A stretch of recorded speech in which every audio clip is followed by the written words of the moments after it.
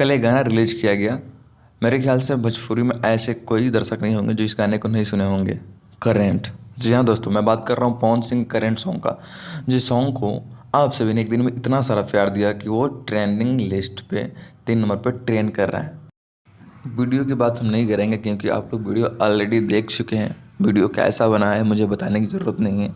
हम बात करेंगे लाइक का और कमेंट का। और व्यूज़ की बात की जाए तो व्यूज़ 37 लाख अभी तक ये बना चुका है और 3,34,000 इस पे लाइक है। और कमेंट की बात करें तो 1,12,000 कमेंट है इस पे।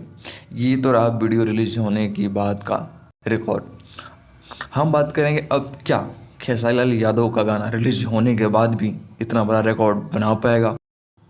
तो जी हाँ दोस्तों, खेसारी लाल यादव का गाना भी इतना बड़ा रिकॉर्ड बना पाएगा। हम इसलिए कह रहे हैं कि आप देख सकते हैं अभी प्रीमियर वीडियो को यहाँ पे आपको दिखा रहे हैं हम कि यहाँ पे अभी तक 36,000 से ऊपर लाइक आ चुके हैं और जहाँ पे 1 लाख कमेंट टच करने वाले हैं।